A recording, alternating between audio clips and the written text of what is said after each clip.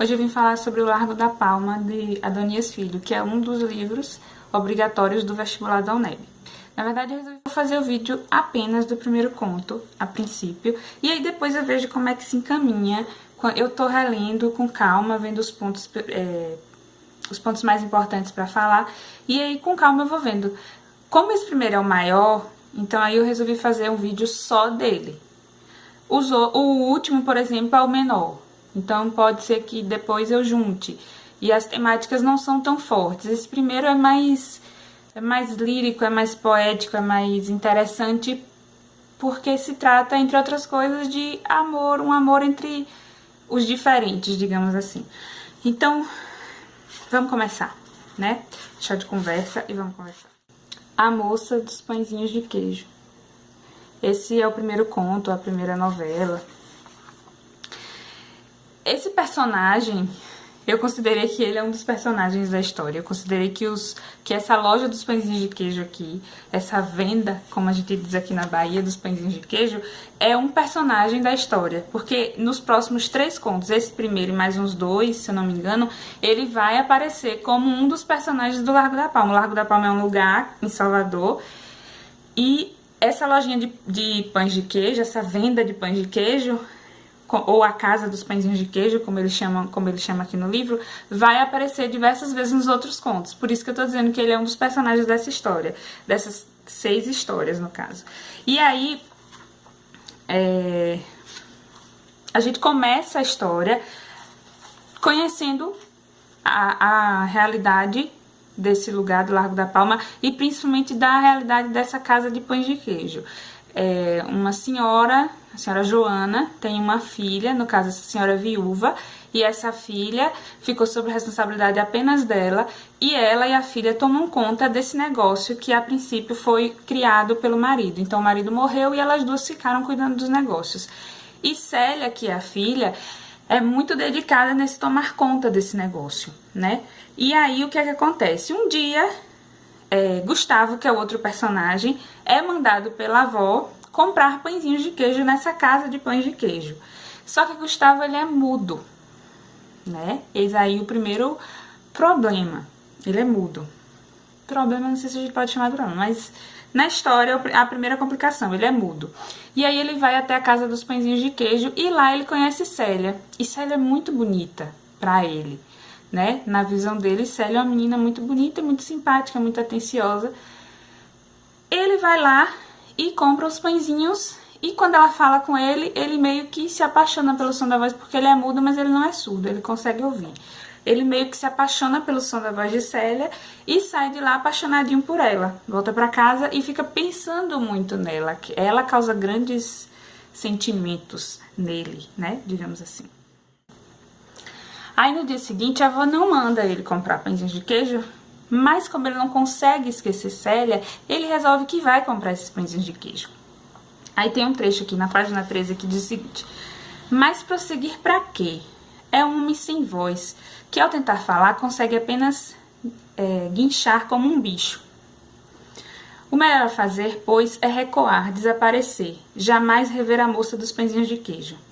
Avança, porém, contra a própria vontade. Alguma coisa, talvez a timidez, obrigue-o a deter-se. Não está muito longe. E daí, apesar desse embate que ele trava com ele mesmo, ele acaba prosseguindo. Ele vai lá ver Célia.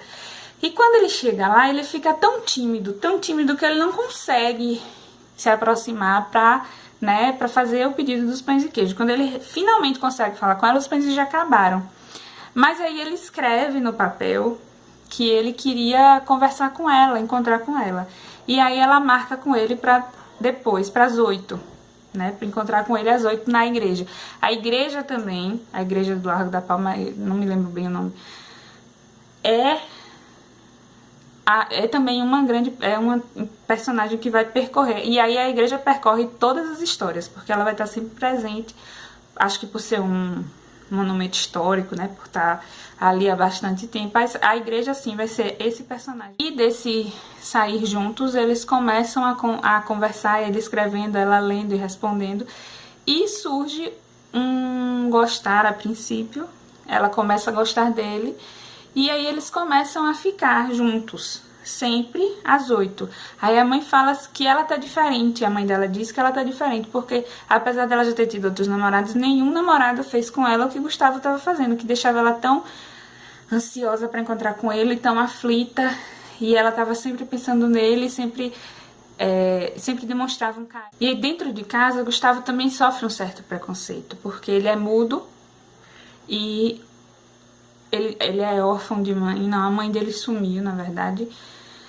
E ele vive com a avó paterna, o pai e a irmã. E aí em casa o pai tem um certo preconceito com ele, justamente por ele ser mudo, né? O pai considera que ele não é, digamos assim, capaz, ou que ele não... Mas ele tem uma relação muito bonita com a irmã e com a avó. Ele se dá muito bem com a irmã e assim acabou de escrever, ela percebeu mais inquietação que alegria. Que faria um rapaz mudo ao lado da namorada? Como ambos reagiriam? A inquietação, aliás, refletia dificuldades que ele já devia ter levantado, uma a uma, sobressaindo a convivência difícil. Que moça afinal aceitaria como namorado? E Márcia concluiu que aquela moça ou seria uma criatura extraordinária e incomum, ou apenas uma vigarista que, sabendo o rico, porque Gustavo era rico, a ele se chegava por causa do dinheiro.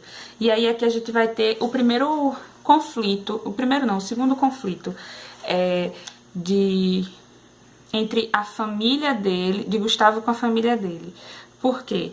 Porque se considera que por ele ter uma deficiência, né, por ele não conseguir falar, nenhuma mulher se interessaria por ele, a não ser por causa do dinheiro dele, porque ele era rico. E aí eu acho que nessa história fica claro que existe esse preconceito de classe também. Porque apesar de ele ter as dificuldades que ele tem, que é a dificuldade da fala, ela é pobre. Então, para quem olhava de fora, ficava parecendo que ela estava com ele porque ela estava interessada no dinheiro dele. Afinal, ela era jovem, bonita, não tinha nenhuma deficiência física aparente, e ele tinha aquela deficiência, então ela poderia arrumar outro pra namorar, mas ela escolheu Gustavo. Então ela é uma vigarista. Existe esse preconceito, né? Porque ela tinha... Mas aí Gustavo e Célia ignoram todos esses problemas, né? Todas essas dificuldades e esses preconceitos e continuam namorando e construindo essa história deles dois. Aí depois Célia pede para Gustavo que não quer mais que ele escreva, que quer que ele fale. E aí ele fica muito triste, agoniado, chora e ela pede desculpa e diz que não tem problema, que ele não precisa falar, mas também que ele não precisa mais escrever. E daí eles passam a se comunicar assim, de maneira não verbal.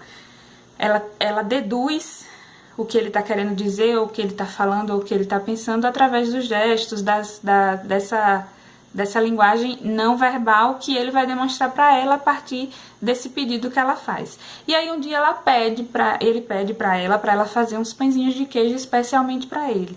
E aí ela vai e capricha em fazer. E aí surge toda essa magia em volta dessa história. Ela capricha tanto, né? Ela faz com tanto esmero, é tão especial aquele pãozinho de queijo que ela vai fazer para ele. E aí quando ela chega para encontrar com ele, ela leva a cestinha de pães de queijo, muito animada, muito feliz, e entrega para ele. E aí ela vai dizer: quando fiz Gustavo, pensei em colocar nele o meu próprio sangue. E aí ele lentamente, muito lentamente, como se estivesse a comer uma fruta, e mal termina, ela lhe fecha a boca com a própria boca e sussurra então dizendo: você agora pode falar. E como se ordenasse, acrescenta: não fale agora. E aí ele fica agoniado, angustiado, mas alguma coisa aconteceu naquele sussurro que ela falou pra ele na boca dele, e ele se angustia, e aí no finalzinho desse conto ele diz: um parto, é como num parto, a voz está nascendo, e ele a rir e a chorar, ao mesmo tempo exclama, com um tom ainda fraco, mas exclama: amor. E aí acaba esse primeiro conto de O Largo da Palma, de Adonias Filho. Como eu disse pra vocês, é um desses livros assim, lindos, lindos, lindos, lindos, lindos, porque é muito, muito, muito, muito, muito bonito. As histórias são muito bonitas, são singelas, são simples, são cotidianas, mas são bonitas. Nem todas, mas as primeiras, elas são bem bonitas, elas são bem interessantes nesse sentido, dessa poética, dessa magia que talvez só Salvador tenha, que só se encontre ali naqueles ambientes, naquelas ladeiras, naqueles lugares. Pois é, então esse foi o primeiro conto-novela aqui desse livrinho obrigatório da UNEB, e depois eu volto para conversar mais sobre os próximos contos desse mesmo livrinho. Beijo, tchau!